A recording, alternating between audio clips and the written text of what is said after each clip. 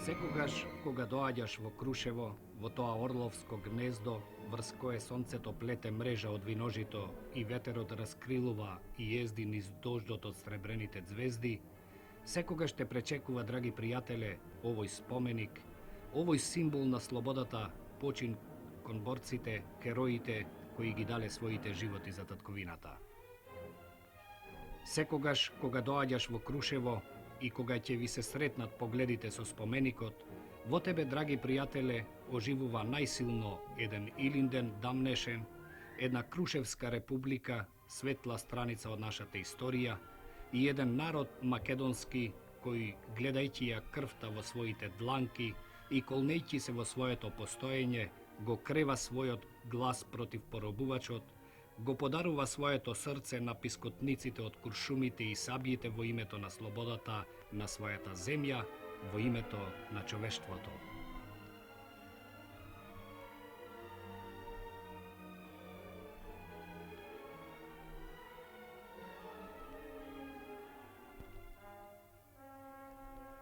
Или кога минуваш, кога застануваш, кога седиш, во овој споменик нашата револуција ја гледаш. Ја гледаш таа раскрвавена народно-ослободителна борба, кога нашиот народ, здружен братски како никогаш дотогаш, тргнува по патот на водачот и учителот Тито, избувнува како вистински пожар сред фашистите и израснува како непобедлив џин, израснат во својата вековна желба за конечна слобода.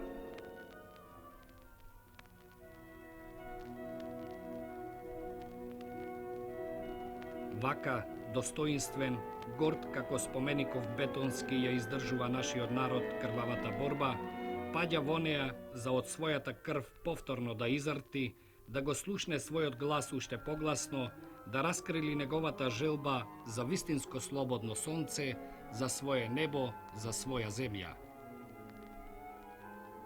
И секогаш кога доаѓаш во Крушево, драги пријателе, кога наближуваш оддалеку, пред тебе почнува да расте се повеќе и повеќе овој споменик, дело на скулпторите Искра и Јордан Грабуловски, споменик за кога ќе дојдеш до него, во него тој да израсне величествено како светлиот Илинден, како крвавата наша социјалистичка револуција, како непокорливиот наш човек.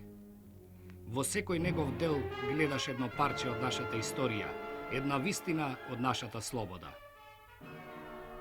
Крушево, Македонија, нашата татковина, човекот се содржани во спомеников што те пречекува, драги пријателе, што те испраќа со порака повторно да навратиш, на една повторна средба што те кани, за овде да започне пак историскиот час, час на борба за слобода, час по човечност.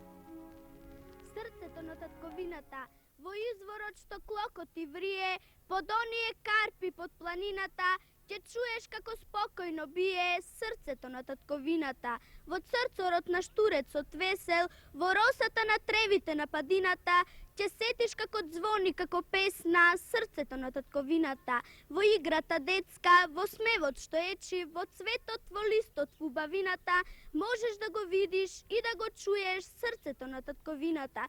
Татковината наша големо срце има, срце што љубов за љубов не храни, во срцето на татковината драга, сите наши срца воедно се збрани.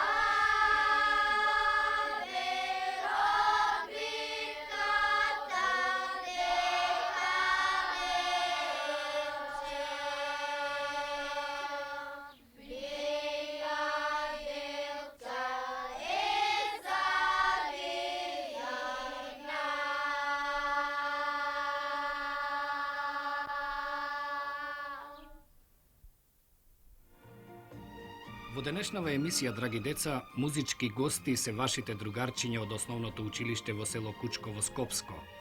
Нашата камера престојуваше еден ден во ова училиште пред завршетокот на учебната година, тогаш кога веќе беа познати резултатите од знаењата.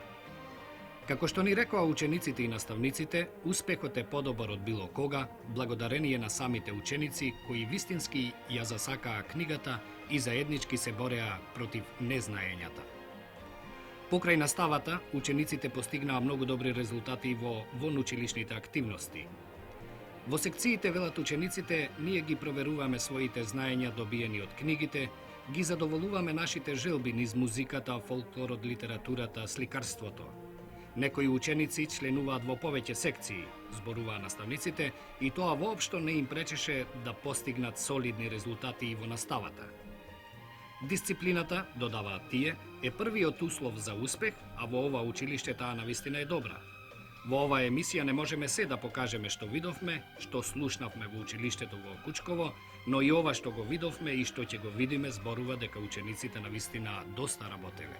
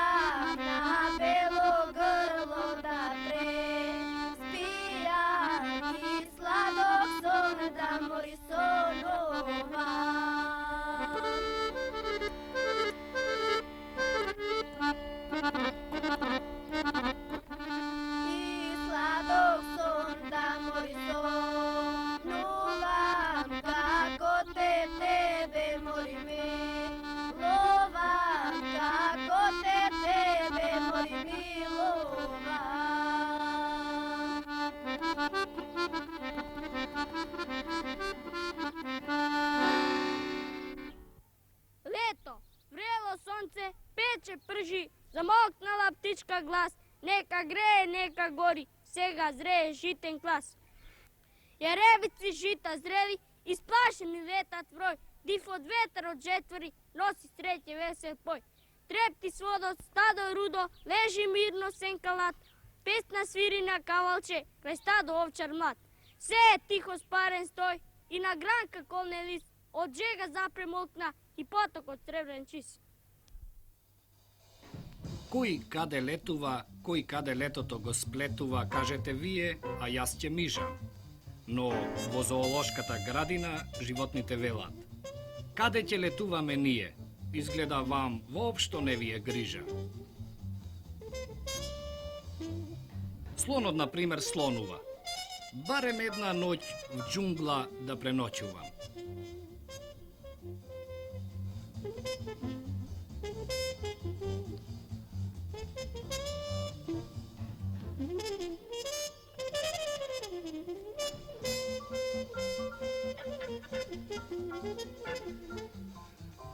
Зебрата забележува без збор. Повеќе сакам да сум во пустински двор, отколку спрострена пред некој семафор.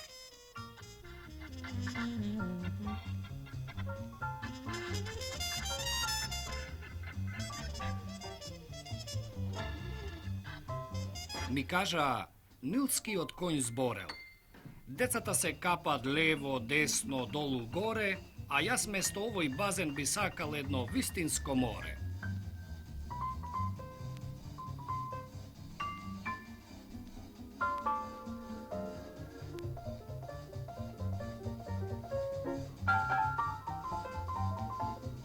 Цврст, врат, опаш, долг, хиена или волк, загадката тенка, сакаат да летуваат во некоја шумска сенка.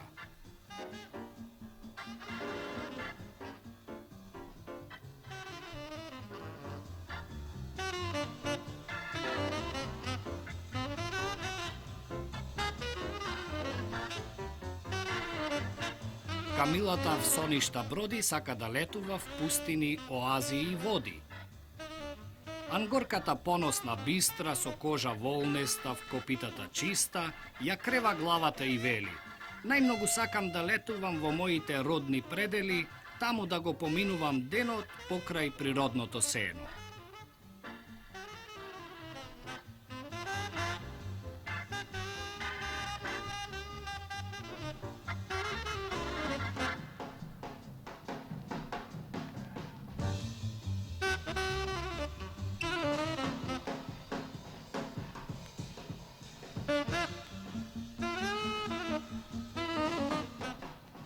Јас не гледам никаква пречка, вели белата мечка.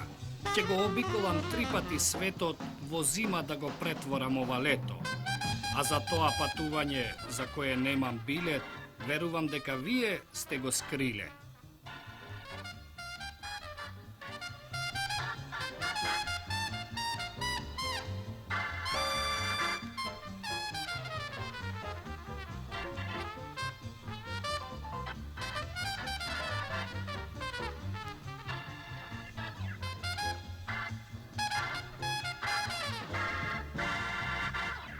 И тигарот крева рака. Да летувам во прашума сакам и тогаш нема да ме гледате вака.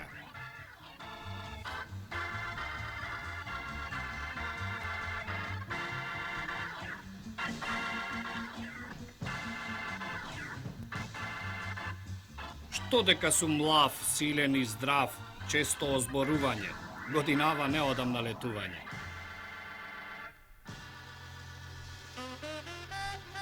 Мајмуните изјавуваат збрани: на летување би сакале да одиме таму каде што има најмногу банани. Со нас и некое дете би зеле, па ни слободната игра би го сплеле.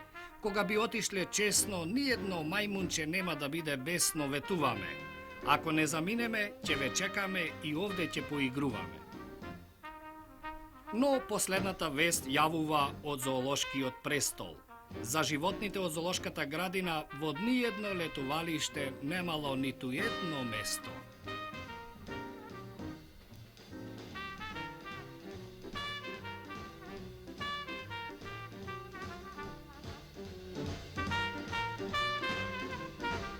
Семафор, семафор, стои горд, стои како чувар прав на крстопат, светлости сигнали дава тој на стари млад.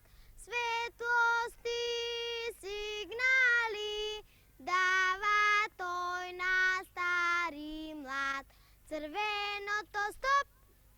Жолтото готви се, зеленото оп, оп, брзо помини.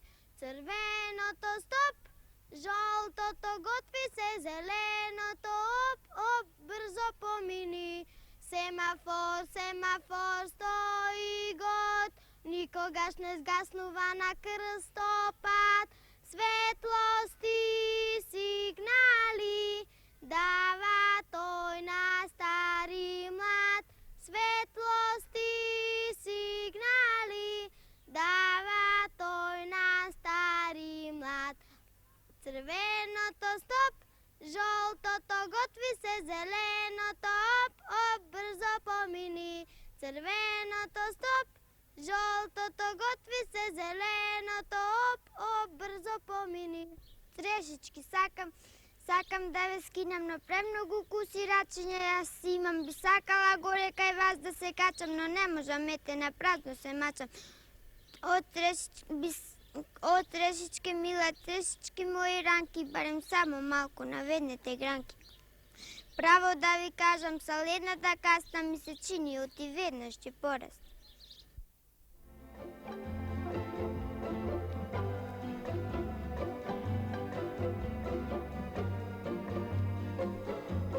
Минатиот месец, драги деца, во Македонија, на реките Радика и Треска, за прв пат кај нас се одржаат двете светски првенства во кајак на диви води, спуст и слалом.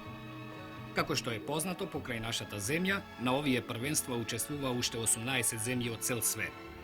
На свеченото отворање во Маврово, нашата камера забележа младост и искусни репрезентативци во очите на репрезентациите и голем интерес од љубителите на овој спорт. Во тие денови, Маврово немаше место да ги собере сите автомобили со регистрација од многу краишта од нашата земја и од странство.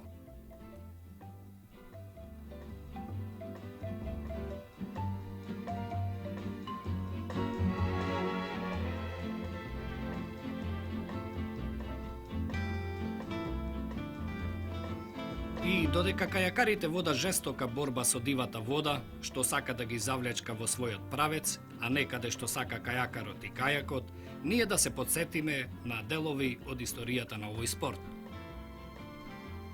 Кајакот настанал заедно со настанокот на човекот. Него најпрвин човекот го користил за своите секојдневни потреби.